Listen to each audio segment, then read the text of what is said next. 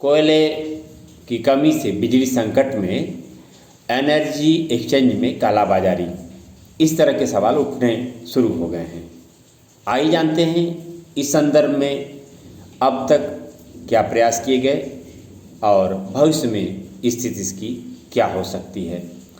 Energy exchange में बिजली की कालाबाजारी रोकने हेतु फोरम ऑफ रेगुलेटर्स की हो बैठक, जानते हैं विस्तार से। केंद्रीय विद्युत मंत्री को पत्र लिखकर पावर इंजीनियर्स फेडरेशन ने एनर्जी एक्सचेंज में बिजली की कालाबाजारी रोकने हेतु फोरम ऑफ रेगुलेटर्स की बैठक तत्काल बुलाने की मांग की है। कोयला संकट की जांच हेतु उच्च स्तरीय तकनीकी कमेटी बनाने की भी आवाज़ उठाई गई है। All India power engineers federation ने केंद्रीय विद्युत मंत्री को पत्र भेजकर यह मांग की है कि एनर्जी एक्सचेंज में मिली बिजली निजी घरानों द्वारा 20 रुपये प्रति यूनिट तक बिजली बेचने की कालाबाजारी को रोकने के लिए तत्काल फोरम ऑफ रेगुलेटर्स की बैठक बुलाई जाए और एनर्जी एक्सचेंज में बिजली बेचने की अधिकतम दर तय की जाए।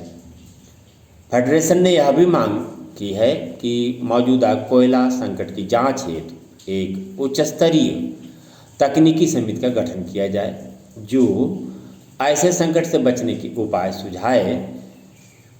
जिससे भविष्य में ऐसा संकट फिर न होने पाए। All India power engineers federation के चेयरमैन इंजीनियर शैलेंद्र दुबे ने केंद्रीय विद्युत मंत्री आर के सिंह को प्रेषित पत्र में यह मांग की है कि कोयला संकट से उत्पन्न बिजली संकट के इस दौर में निजी घरानों को मनमाना मुनाफा कमाने और लूट की अनुमति नहीं दी जानी चाहिए।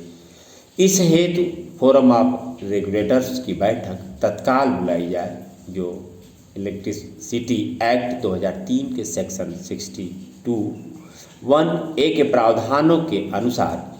बिजली की कालाबाजारी रोके और सुनिश्चित करे कि एनर्जी एक्सचेंज में किसी भी स्थिति में 5 रुपये प्रति यूनिट से अधिक की कीमत पर बिजली न बेची जा सके। All India power engineers federation ने मौजूद कोयला संकट को बिजली संकट का एक मुख्य कारण मानते हुए यह मांग की है कि एक उच्च स्तरीय तकनीकी समिति का तुरंत गठन किया जाए जो मौजूदा कोयला संकट की जांच कर कोयला संकट की जिम्मेदारी तय करे और यह सुझाव दे कि ऐसी स्थिति में भविष्य में क्या कदम उठाए गए या उठाए जाएं जिससे ऐसा संकट पुनः उत्पन्न न हो।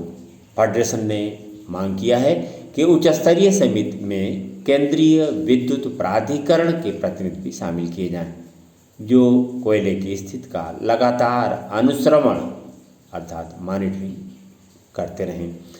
All India power engineers federation के पत्र में यह भी लिखा गया है कि मौजूदा राष्ट्रव्यापी संकट के दौर में जिस प्रकार एनर्जी एक्सचेंज में बिजली को मनमाने दर पर 20 रुपये प्रति यूनिट तक बेचा जा रहा है उससे देश की बिजली वितरण कंपनियों को वित्तीय हालत कंगाली की स्थिति में पहुंच जाएगी। ध्यान रहे कि आम जनता की तकलीफ़ों को देखते हुए बिजली वितरण कंपनियां बिजली कटौती न हो इसलिए महंगी दरों पर एनर्जी एक्सचेंज से बिजली खरीदने के लिए मजबूर है जो पहले से ही घाटे में चल रही बिजली वितरण कंपनियों को वित्तीय हालत और बिगाड़ देंगी। ऐसे में केंद्रीय विद्युत नियामक आयोग और राज्य के विद्युत नियामक आयोगों की यह ड्यूटी बनती है कि वे इलेक्ट्रिसिटी एक्ट 2003 के सेक्शन 62(1) के प्रावधानों के अनुसार बिजली की कालाबाजारी को रोके। इस हेतु फोरम ऑफ रेगुलेटर्स की बैठक तत्काल किया जाना नितांत आवश्यक है। All India power federation engineers federation ने इस बात पर भी चिंता व्यक्त की है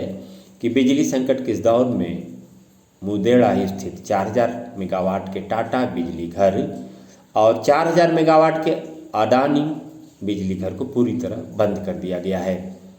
जबकि इन बिजली घरों को आयातित कोयले से संचालित किया जाता है और भारत में उत्पन्न कोयला संकट से यह बिजली घर किसी भी प्रकार प्रभावित नहीं है। उल्लेखनीय है कि आयातित कोयले से चलने वाले लगभग 30% बिजली घर इस संकट के दौर में बंद है, जिन्हें चलवाना केंद्र और राज्य सरकारों की जिम्मेदारी है। बिजली संकट की इस घड़ी में टाटा और अदानी जैसे निजी घरानों द्वारा बिजली घर बंद कर देना अत्यंत गैर जिम्मेदाराना कृत्य है,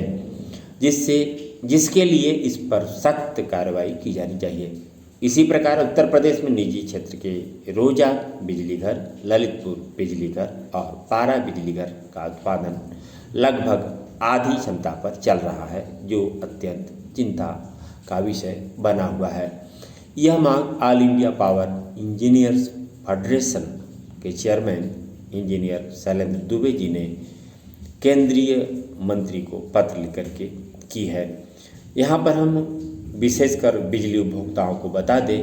कि बिजली उत्पादन में लगातार गिरावट आ रही है। उसकी वजह कोयला संकट को बताया जा रहा है, पर यहाँ पर अभियंता या उससे जुड़े हुए बिजली कर्मचारियों के मन में एक आशंका जरूर है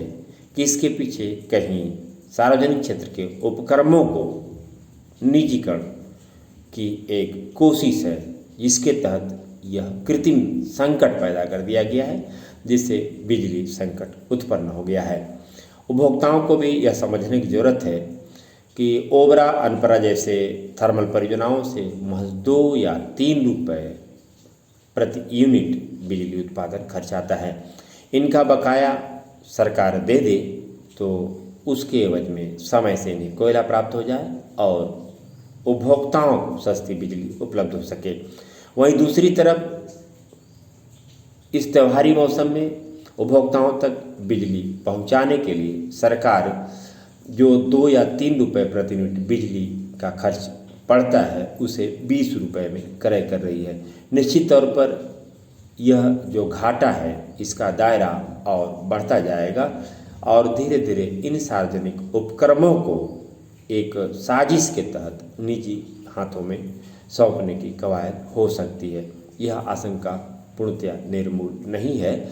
फिर भी उपभोक्ताओं को इस बात को समझने की जरूरत है कि वे इस बिजली संकट से निजात के लिए केवल थर्मल परियोजनाओं द्वारा उत्पादित बिजली पर ही आश्रित न रहें, बल्कि इसके अलावा अन्य कोई विकल्प हो तो उस ओर भी वे ध्यान दें, जिससे भविष्य में जो अत्यंत संभावित है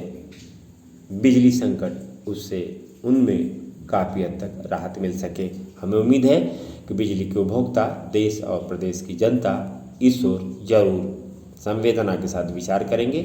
और आवश्यक जरूरी कदम भी उठाएंगे।